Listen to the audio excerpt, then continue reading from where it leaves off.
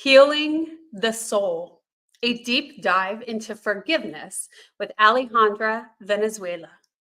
Embark on an emotional journey with Alejandra Venezuela, founder of Wildflowers Within.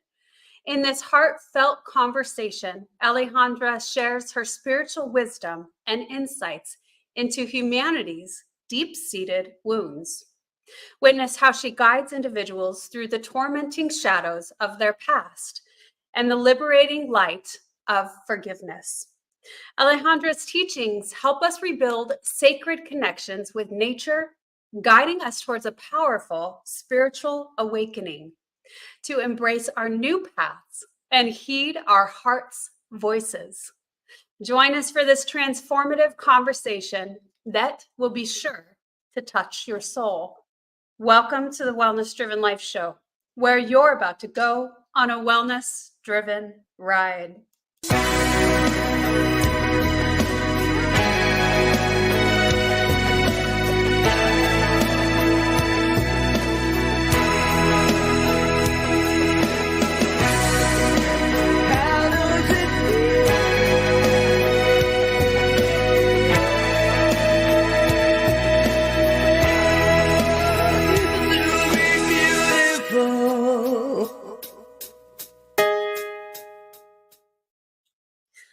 Let me share with you a little bit about the guests that we have here today. Founder of Wildflowers Within, Alejandra is a captivating speaker, spiritual guide, and artist who intertwines heart-centered wisdom with spiritual practices, guiding individuals to reestablish sacred connections with their spirit and the natural world. She illuminates pathways for others to navigate spiritual awakenings with courage and purpose and reach their full potential. I am so pleased to help welcome Alejandra. Thank you so much for having me, April. It is a pleasure to be here, and I love everything you're up to in the world. So it's truly an honor to share this time and space with each other. Oh, thank you very, very much. And same to you. All of the things that you have done, I first met you, and I saw you speak on stage. You shared your story. It did bring out that spiritual, emotional aspects of us listening to it. And so there's so much power with us sharing our stories, but you have it honed in because not only is it sharing a deeply emotional story and pain associated with that, but you have done the work to heal. And so you share it with such fervence, and yet you have healed to be able to share it really intentionally for others to heal as well and walk them through certain practices that they can also do for self-healing. So that all said, we'll dive into those things more as we go. But let's get started by sharing with the audience a little bit more about you. Thank you so much. I need to just take a minute to really let everything you just said land, because trust me, it's been a journey, an absolute journey, right? Which is the beautiful human experience. And, my journey started off fairly normal. I'm just a little girl growing up in Los Angeles, a Mexican American family. I loved dance. I was in Catholic school, pretty much all my life up until like public school, up until junior high. And I ended up going to this arts high school and really diving deep in my passion for dance and movement. And, went off to college, and that's when my journey started to change. College is that expansive time in one's life. And we think about, well, you need to receive an education, and that's a lot of what happens, but that social capital and those experiences that we're finally young adults, and we kind of get to flourish and kind of blossom and see what we're doing. So I've had pretty much what you would call like a normal life up until then. And then some traumatic events occurred. My journey and my healing, a lot of it has dealt around the I would call it the vibration of betrayal. It just so happens to be in the realm of sexual Mhm. assault, but I don't want that to be kind of a sticking point for someone who kind of hasn't experienced that. Essentially, what it is betrayal, and I think Oh, all of us can relate to that in some form in the human experience. And Alejandra, I wanna stop on that because yeah, what you're saying is very well, I don't know if I wanna say it's the truth, but I feel that.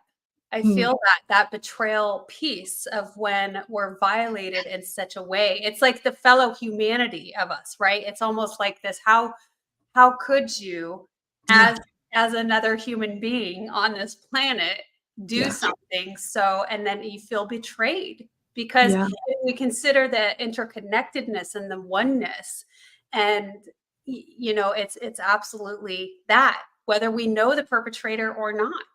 Right. Right. I love what you said. How could you? For me, what that feels like in my body is that innocence in us that didn't see it coming, that was blindsided. And it was like, how could you? And then at the same exact time that I felt that, my ego jumped in and the voice of my ego said, how dare you? And Mhm.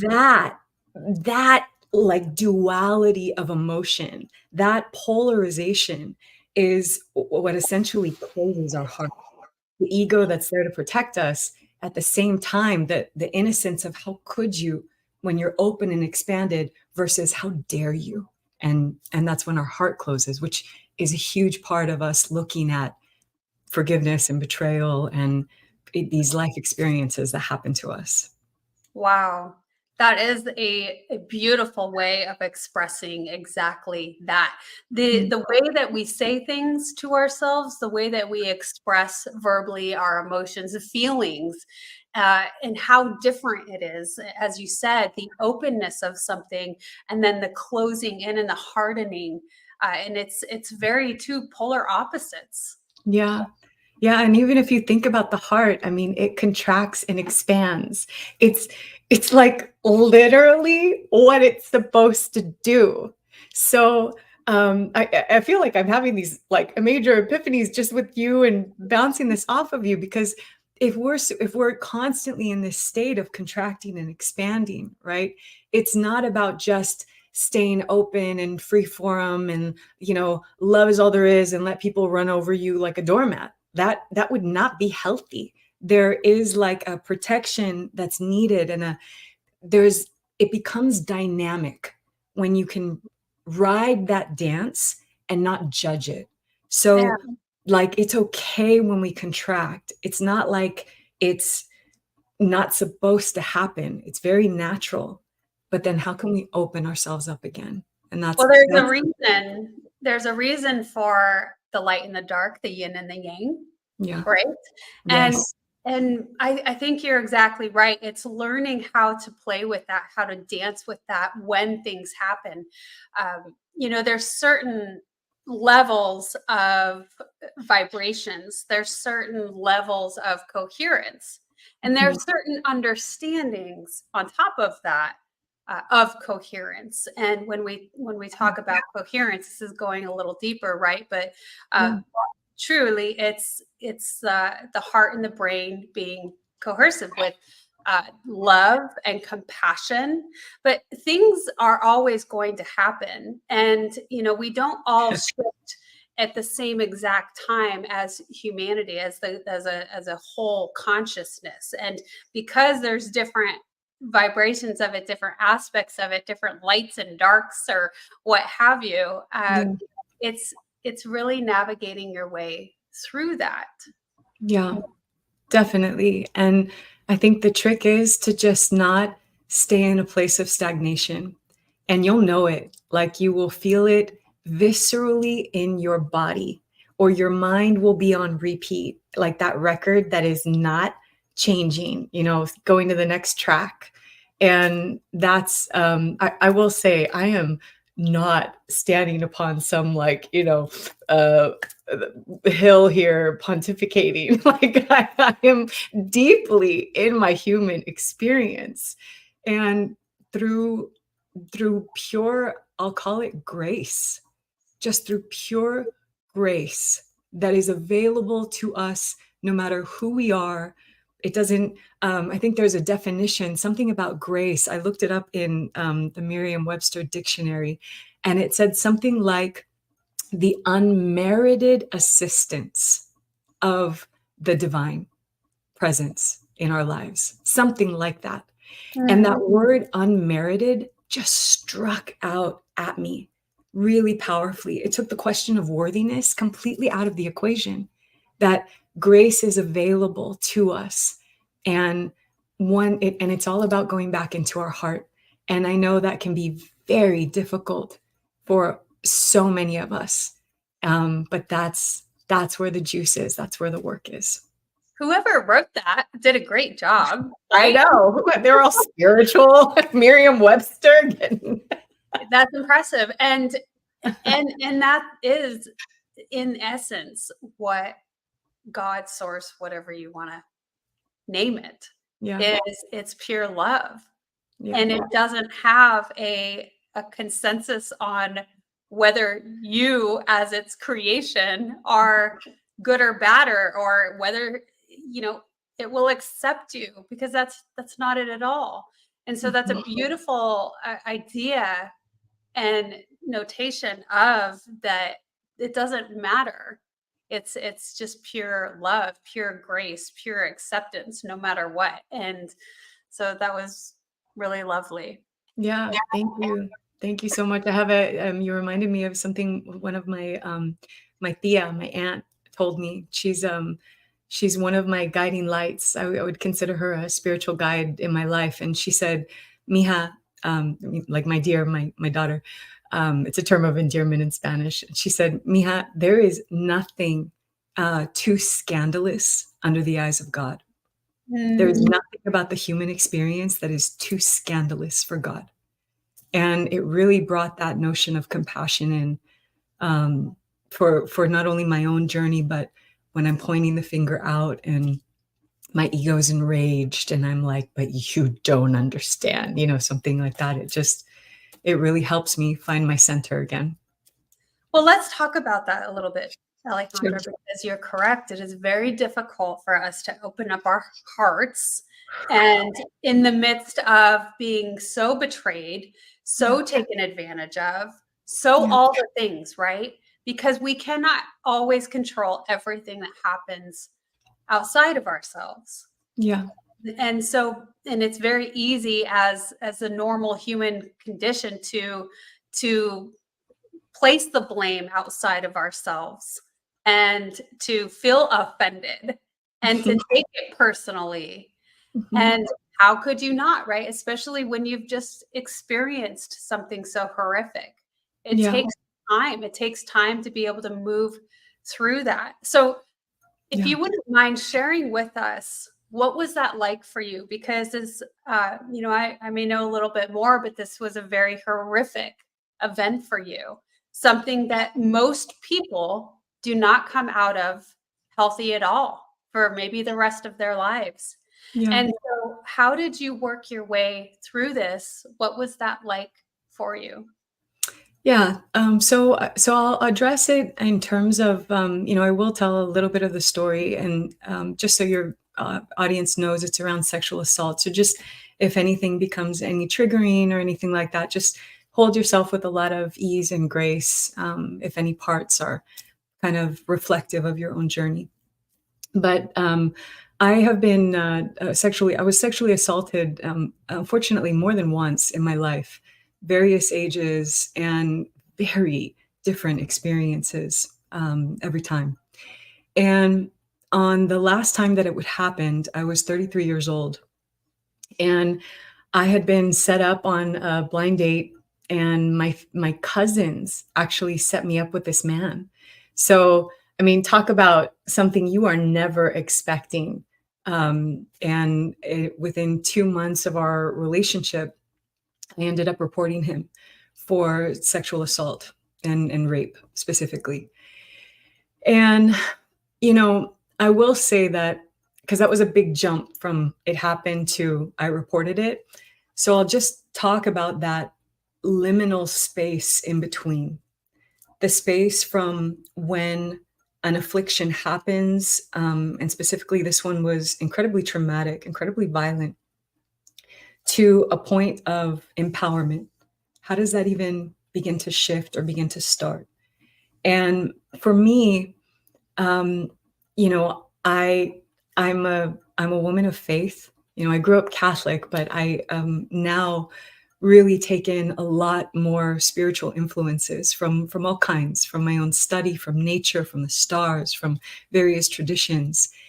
And in this space of being wounded, I remember kind of just feeling like, where do I go from here? How do I even begin to, lift myself up off the ground? And for me, it was by activating my voice to speak the truth of what happened. That I prayed deeply. And at first, this wasn't about reporting it. It was about just telling him, hey, I wrote him a long letter. And it was so open-hearted because my ego was completely out of the equation. I was literally just looking at, how do I lift myself back up? And writing a letter saying, from the moment I met you, what I thought, all my hopes, all my dreams, and then the sudden changes, and then being completely blindsided. And now I'm here. And calling this person out. And that activation of truth is so important, not just for survivors, but for anyone where you feel like a betrayal exists. If there is a way to really take the ego out and just allow that innocent voice to speak, I would say that's the first step in the journey of healing. It's that first step of feeling the empowerment within you to speak your truth. Alejandra, what I love about hearing what you say is that when we express ourselves, but not only that, so writing a letter, how powerful is that, right? Whether it gets to them or not, Right. that is using your voice, that innocence within you to say, hey, this is what I experienced. Yeah. This is what I thought. This is the before. This is the during. This is after. Now I Yeah. feel this way. Now I am here. But it not only does that, but it goes into, okay, now what? And then now Yeah. this happened and then, right? And I think that that is part of that healing essence of recognition of, this is, yes, how I felt because of, and now Yeah. I get to do something different. And then what? Victor Frankl has an incredible book. Of course, many people know about that, but Yeah. his story is so, powerful during the Holocaust and all of the things that he experienced, the loss, the torment, and yet his perception and his story of how he came out of that. But really, Mm. it's forward thinking, forward movement, Right. acknowledgement of how he feels and what's happening, and also the what's next of something. Yeah, definitely. His journey, and I think kind of that universal journey is, how do we keep our spirit intact when so many things in our external environment can, you know, try and demise or cut it down in some way. And something like the Holocaust, I mean, I can't even fathom what that must have been like. And the trauma, like, collectively as a people, we are all interconnected. I mean, that was one of the biggest breakthroughs I think I had in my journey of healing, is we're all connected to this violence in some way, shape, or form, you know? And how do we keep our spirit intact and remember the truth of who we are? So for anyone who, like, is a survivor, or maybe the survivor is not the experience, but betrayal is the experience, speaking what happened from a state of humility, of innocence and open-heartedness, just really from this place of observation of, wow, this is what took place, right? If we can take that ego out. And then from there, we get to choose. Now, what do we do from here? For survivors, it is, and I was this survivor also that remains silent in other instances, right? So I know what that feeling of not using my voice is like. And through pure grace, I can't even tell you how deep my prayers were to heal. And at first, it was just about me healing. It was about me healing, and also, please never let him do this to another person again. Those were my two initial prayers, Mm, really thinking about like, and also like, stop this destructiveness inside of him. Please stop, you mm, know? And then, throughout my journey, it took me years to get to a space. It actually culminated in a trial. And, what's interesting is by the time it reached trial, I was in such a space of surrender and really proud of just speaking my truth that I walked in without an attachment to expectation. I literally wasn't. I mean, I wanted justice. Don't like, I'm not gonna say I didn't. Of course I did. I wanted justice, but it felt like justice just being able to walk into the courtroom. Does that make sense? absolutely.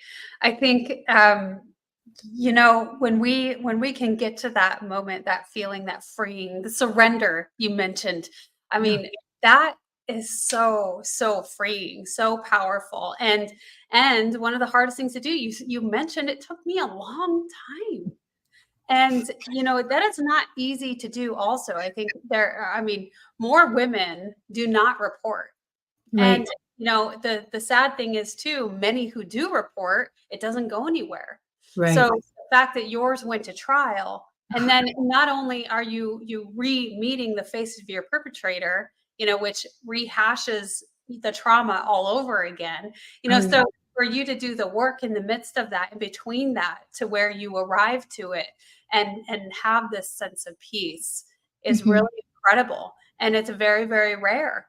And so, I think that this journey that you've been on has been really incredible. And I know that you vouch for the spiritual aspect of you, how you really had to go within and that spiritual piece of yourself.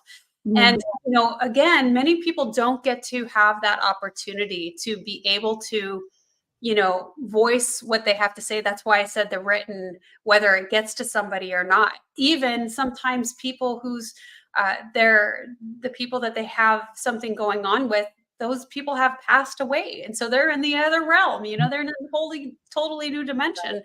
And but yet you still feel the pain. So all of this work that we do really is for us. It's for ourselves. It doesn't have much to do with the other, but I have a firm belief, and tell me if you agree, that when we do the work, when we heal, it in turn heals everything and everyone around us, including them. Yeah, absolutely. And that you can like just feel what that might look like, like when people talk about our auras and this energetic field that we're around. Imagine someone walking around with just healing, like they just exude it and you can feel it. They're smiling. You think, my God, like I like to be around this person, and they could have gone through horrible tragedy, like no one knows. You never know what someone else is going through, but you can feel their presence. And I would say the spiritual piece for me really flourished and came into my life in a very sudden and abrupt and beautiful way.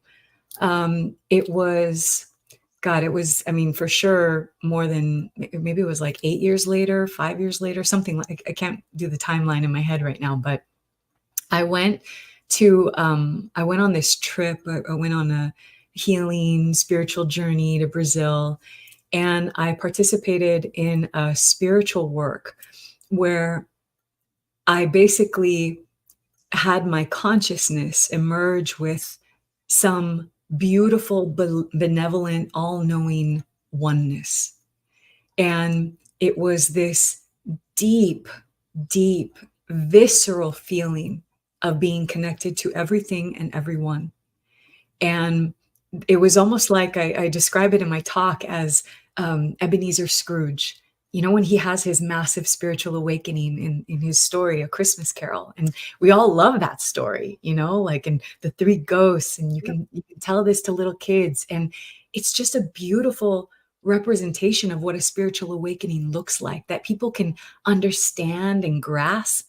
And that's literally essentially what happened to me, that there was this benevolent spirit, and it revisited with me all these past experiences in my life, and one of them happened to be that very last assault. But I was in a very protected space. I wasn't connected to it or brought into the trauma of it. It's almost like I was held in this loving embrace as I got to just observe it from afar. And when I saw the woundedness inside of him, inside of this man committing this violent act, it was like this total understanding of, my God, this man needs so much healing. Yeah. How could I not see that so deeply until now? And that's when it's like this dam just bursted, and all of this compassion, you know. I know it's kind of like I always get a little bit nervous and hesitant because I don't want to sound like some Pollyanna walking around with, like, you know, rose-colored glasses, and, you know, everything's just supposed to be wonderful. Like, there are some serious realities that I acknowledge, right? Like, I don't want to see this person ever again. You know what I mean? Like, Yeah. I don't need to, but I also don't need to wish ill will of him either. Yeah. You know, I also can, in my heart, wish for his healing, because Mm. his healing would break some cycle within him that ultimately affects all of us. Does Ah. that make sense? Oh yeah, powerful, powerful, and isn't that it, right? And Yeah. so you said so much that made me think about different things, Alejandra, with Yeah. that.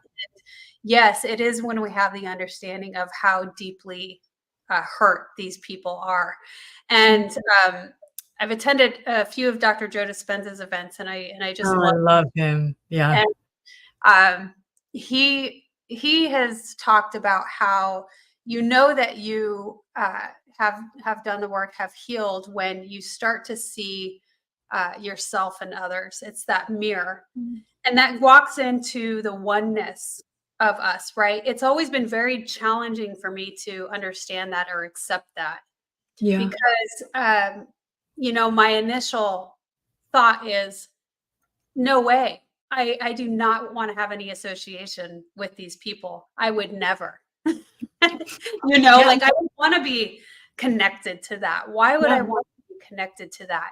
I mean, that And could be a very sound mind to think that.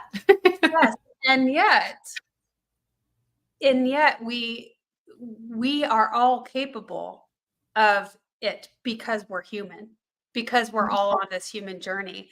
And you know, if you take out the essence of time, you know, and you have all of these lifelines and bloodlines, et cetera, you know, who knows what all we've experienced, but we came here to experience. And Yeah. you know, I also had this really interesting thought. I mentioned to you that I went on a run before our call here. And I had this idea. I think that's great, by the way. Running, meditating, dancing, those are all things that really help you get in Yeah. connection and coherence. And you always get the best thoughts, right? Yeah. So I had this interesting thought because my background's in law enforcement. And so I've seen a lot. You know, you research a lot, you learn a lot, you hear a lot, you see it. And you have to research these horrible people that do these horrendous things, and then you get to see it, and it's like you're just, you know, it's part of your life, your world, when you walk into a field like that. Yeah. And I just was thinking, you know, I feel like the John Wayne Gacy's of the world, all of those horrible people that commit numerous murders, right? And they just have all of this hate and rage, and you can't understand them, right? Like us, we're like, I don't get it.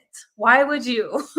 But Right. I thought to myself, when we consider the pain that these people are experiencing, the lack of love that they're capable of bringing themselves to, Mhm. because that's a piece of humanity that they're missing. That's the feeling, the essence of being human that they are missing. Yeah. They go after those that have it, because Mm. that's the sense of control, right? The one Mm. piece of control where they can grasp that they can't even seem to obtain. They don't know how to access those other that Mhm. light that's a part of us, the thing that's closest to source. And Yeah. so their sense of control is to take it because Yeah. they can't get to it. Does that make sense? Wow. That is, that's pretty profound. That's, Yeah. you know, if I look at it from a very, spiritual lens, I've often questioned, what was my past connection with this person that, that created this intense experience. Like if we take out the violence and just look at the energetics of it, it is incredibly intense, incredibly painful, and there was so much energy that has impacted my life from this one event. So what is it about this person that called it, and not from a place of just, I called it in like I wanted or deserved it or something like that. Not like that, but why do these experiences happen for my own journey and Mm, evolution and growth? yeah. And there is a sense of, if that dark is attracted to light, right? That there's this whole theory. I remember listening to someone during a spiritual ceremony, and they were saying the darkness just, they want the light. They're just trying to get closer and closer to the light. So those attacks that you feel, and it's because, so yeah, there is that attraction of, but I just want some of that, so Mm. that could definitely be a play. um Well, and you mentioned that, I am experiencing this because it's for my soul's journey, my soul's yeah. evolution. And then that too is to be said for them. So I like to explain it as being a mom. I think that's one of the best ways, because there were so many years, so much of my girls' lifetime that I wanted to control how Mm. they experienced the world, Mhm. protecting them from, but so much of it was out of my control, and it was very challenging for me as a parent. It was so sad. I'm like, to experience these horrible things that I have experienced. And yet, because they're their own beautiful human being, Yeah, because they're on their own soul's journey, I have to allow that for them. And when yeah, you look at it that way, with other people too that do stupid things that piss you off or what have yeah, you, it's kind of like, they're on their own journey. It has yeah, nothing to do with me, and yeah, I'm on mine. And as long as I continue to do the work and I continue to learn love and compassion, then I know that I'm doing the greatest for myself, for my children, and for those around me.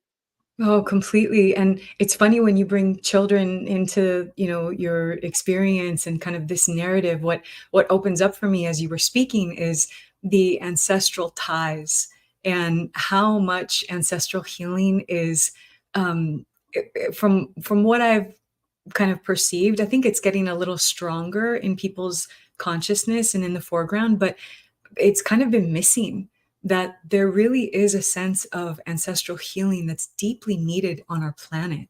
And, so for people who are like, well, I don't believe in past lives. Okay, well, that's okay. You have ancestors, right? So let's look at that fundamental piece. And sometimes what comes up in the family constellation is just karmically coming and being passed down from generations. It's just waiting to be broken. It's the prayer of your ancestors to break the cycle. And so for me, it very much feels, I mean, multiple sexual assaults, there's got to be something there karmically. And can I be that voice? Can I be the one that finally says enough, enough, and shift my paradigm, not only so that I'm like, no more, it stops with me, but that all of a sudden I have an awakening of, then what else is needed to heal this wound? What else have we not seen to heal it? And that's when, spirit came and showed me that massive awakening. And I do think it's that act of deep prayer that says, show me, teach me, those are very strong in my heart. And I believe they are strong voices in every heart of every human being. But when our hearts are closed, we disconnect ourselves from those prayers. That's so beautiful, Alejandra. That's really the essence of you that's saying, I want to learn and I want to grow from this.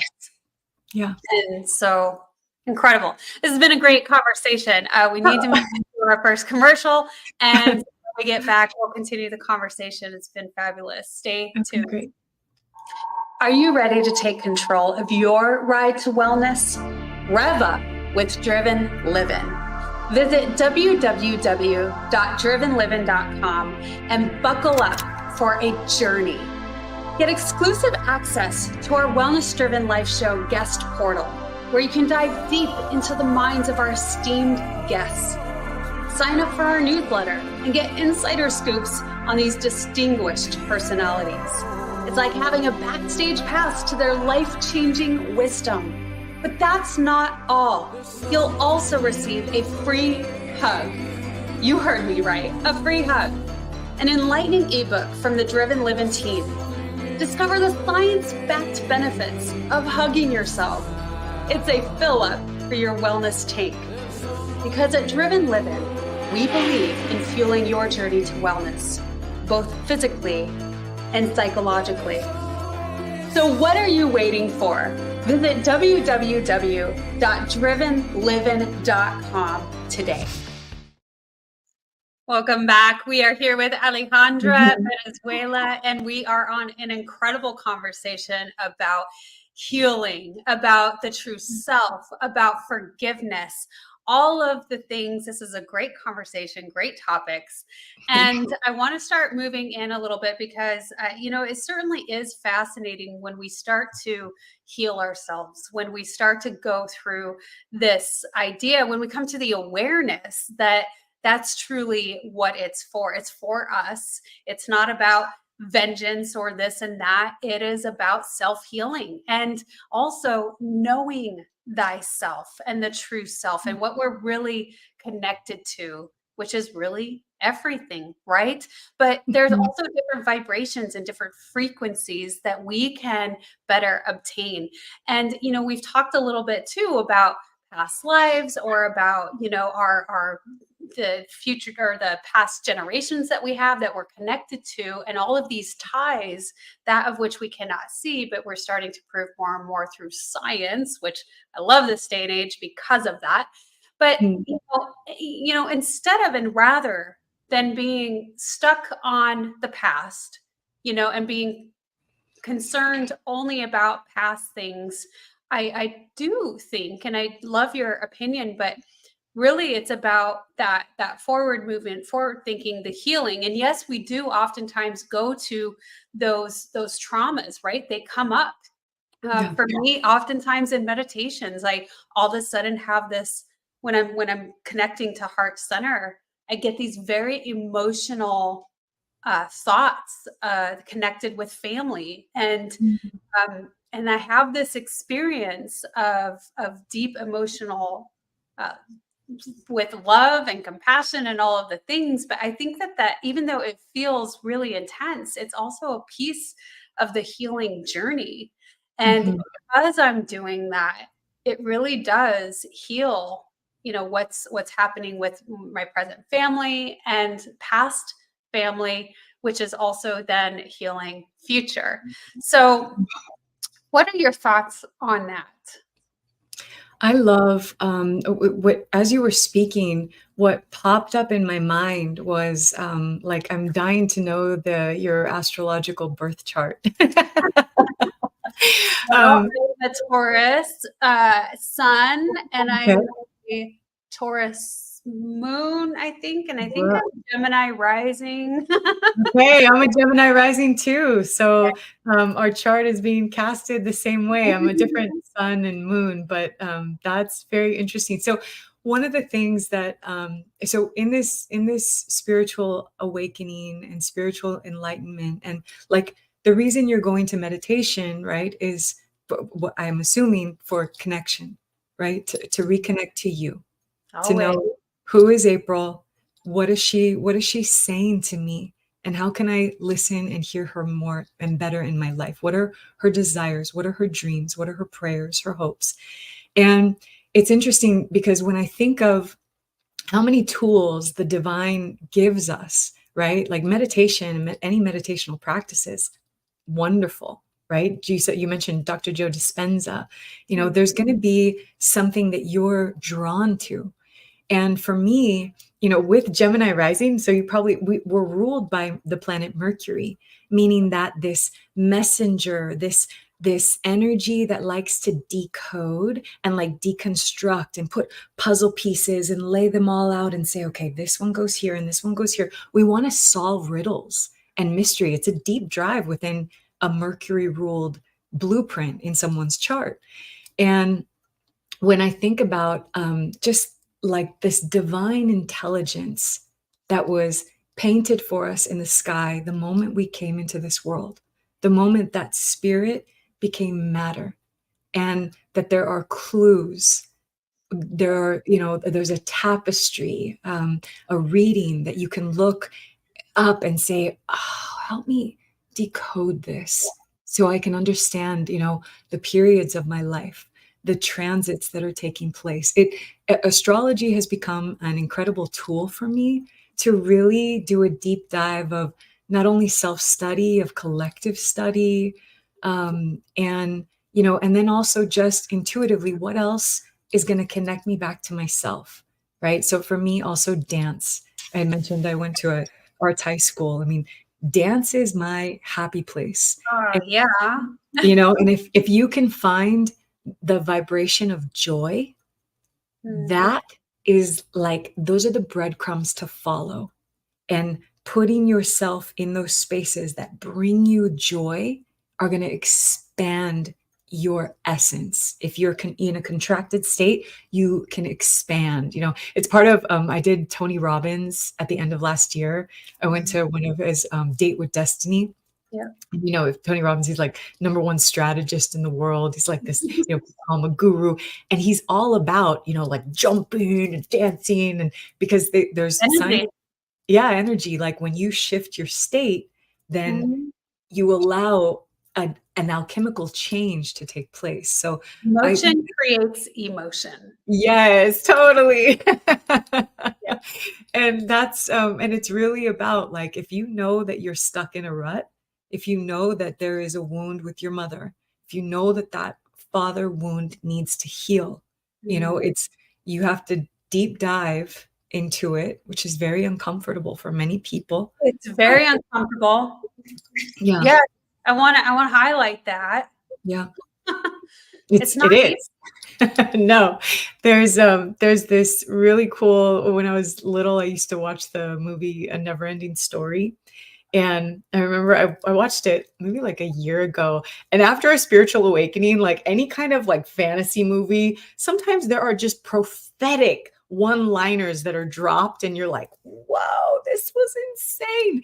And I remember Atreyu is like the protagonist, one of the protagonists, and he needs healing. And there's this medicine woman with like the dragons outside, and she gets this potion and she gives it to him, and she says something like, it needs to hurt if it's to heal. And it was like, oh my God, I can't believe this. This is Okay, so so profound. I have to stop on this because, and I this is what I got out of my meditation this morning. I mentioned that like I meditate and then I go into my heart center and I get so emotional. I'm crying. Tears are just like, whoa, and I'm a flipping mess, right? I'm like, why Yeah. don't I get a box of Kleenex next to me when I meditate? What is my problem? And, you know, I, because you step into this awareness Yeah. that this is part of the healing, and Yeah. it's not easy. It hurts, right? It's like, if you can imagine, and this is how I picture Jesus, right? He takes in all of human suffering, Hmm. and I mean, none of us can imagine what that would feel like, nor do we want to. Yeah. And but harnessing and holding in all of this emotion, this suffering, this pain, this hurt, and transitioning it into healing, Yeah. because we're aware, have this different sense of awareness of that's what's happening and that's what we're doing. It's almost as if you this is your responsibility Hmm. because of that. It is Yeah. now your responsibility to do the work and to continue doing that for yourself and for your fellow man. Yeah, definitely. It's funny, we're in the period of Lent right now, like, so when you bring in the Jesus piece, it's like 40 days and 40 nights, and imagine being tempted. And I did a post recently on social media, and it was like the only thing that I can see as like the biggest survival tool he had is this prayer to remember who he is, to remember what his light is, all of us, that we have it, and to not be swayed, not be deterred in or through some trickery, to have a false sense of who we truly are. And so the responsibility is, for me, it's this essence to remember that truth, to remember the light and the love that literally we are. Earth is a really hard school. If you're here cosmically, you're like one of those, like, you're going for your gold star, okay? In terms of life lessons. I ask So, myself, I'm like, why did I decide this? Why did I yeah, do this? Because, you were incredibly brave and oh my God. courageous. All of us are. So, Well, yeah. yeah, life is really cool. This physical realm that we choose to experience is something else. Yeah. And I kind of want to shift gears in the instance of time.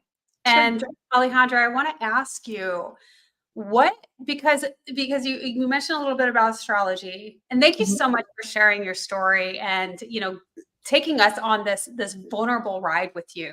Yeah, uh, absolutely. Really cool. And you mentioned astrology a little bit. I know that's something that brings you joy. We talked about Yeah. things that bring us joy, but what are you most excited about now? Now you're leading, you're coaching, you're guiding other people, but what are you most excited about right now?